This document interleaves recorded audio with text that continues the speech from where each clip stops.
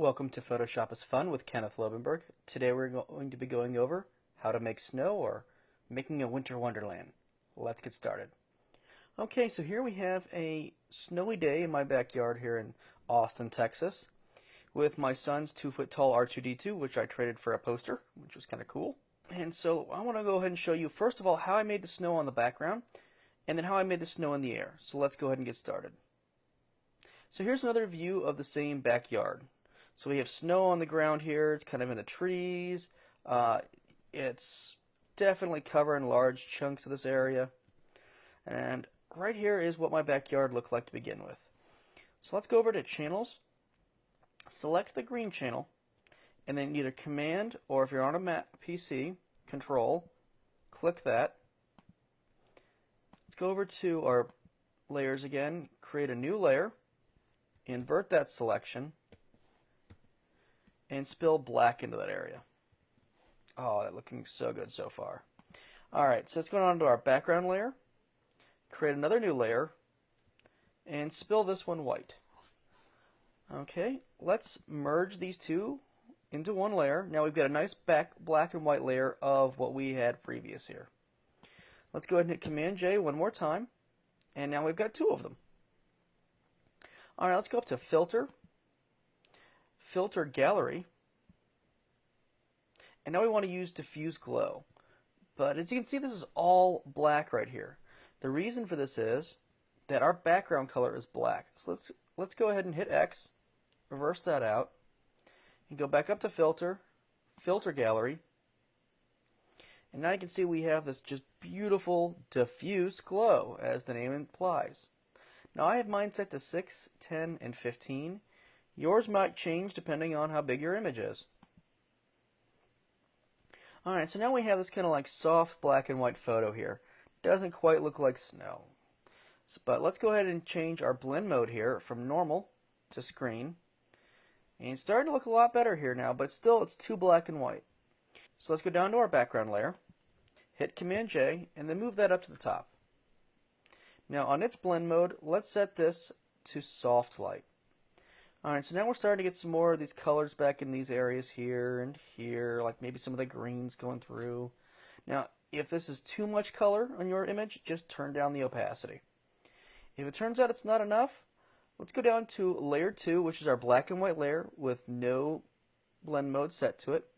Let's create a layer mask, and let's go over to our brush, and let's get a nice rough brush in here. Alright, now go ahead and make it whatever size is appropriate for your piece. And I'm going to go ahead and start putting black in here. I want to make this a little more extreme than it needs to be, just so you can see where it is. You'd probably want to turn down the opacity for this, but I'm not going to, just like I said, so you can see it. So if you start doing this in these areas here, maybe the snow isn't quite coming through real well in those areas. You know, maybe it's starting to melt. And again, like if you want to do it even more, you can come up here and put a layer mask on that one and continue that. And here's where you probably will want to go ahead and use that opacity. So I can get rid of some of that snow in certain areas if you'd like. Alright, so now let's see how that snow got there. Alright, so here's the R2-D2 in my backyard. Here's what it looks like without the snow on. So we've got lots of different sizes of chunks here, the itsy bitsy ones and big ones and all that. So let's go ahead and turn these off and let's create our own.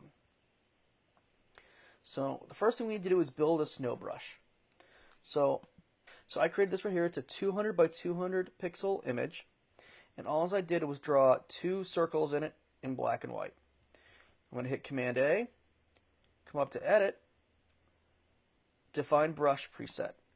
You can name your brush if you'd like, Snow, and hit OK. Now, if you want to learn more about how to create custom brushes, I did a video a few weeks ago. You can find that on Photoshop is Fun. But let's go ahead and see how to use this brush. Okay. So, right here we have our new brush. And I'm excited to test this out. Let's see what this looks like here. Make sure it's set to 100%.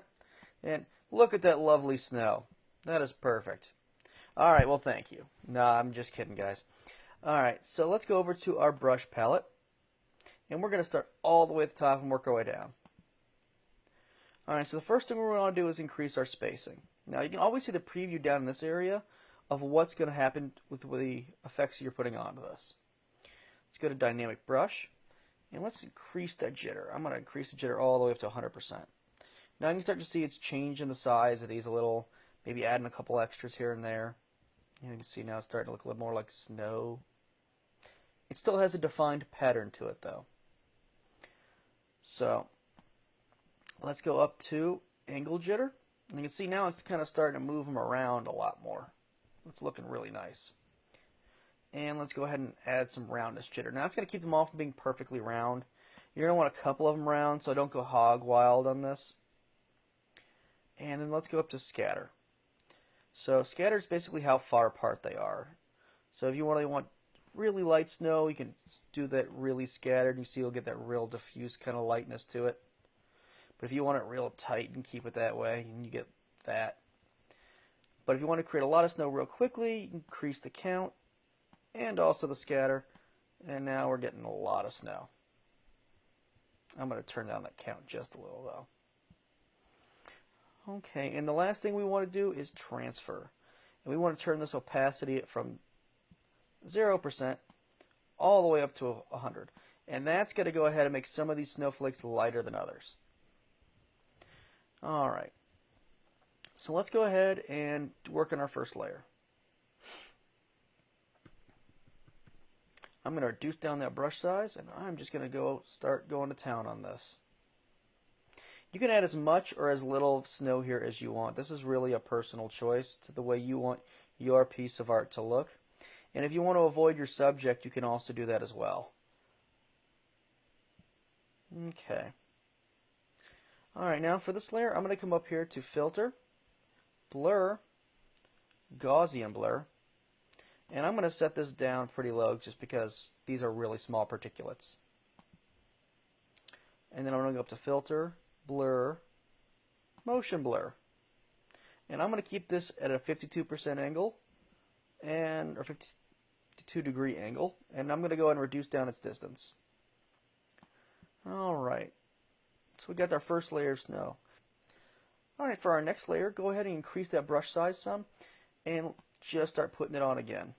Again, usually I find the bigger the particulates, the less dense I want to make this. But again, depending on how your kind of snowstorm you want, that's really a personal choice. Alright, and I'm just going to do the same things again.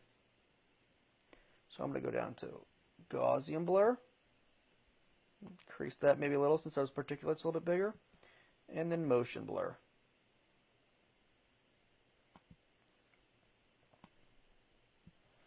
And I'm going to continue to do this until I'm happy with the results. And as you can see on my previous one, we got pretty big on these snowflakes. We had 4 different versions of these. And the last ones we had some pretty large snowflakes, and they just get progressively smaller. Alright, well I hope you enjoyed this. Like and share if you did. May the force be with you, and enjoy making some snowy days. Thanks. Bye-bye.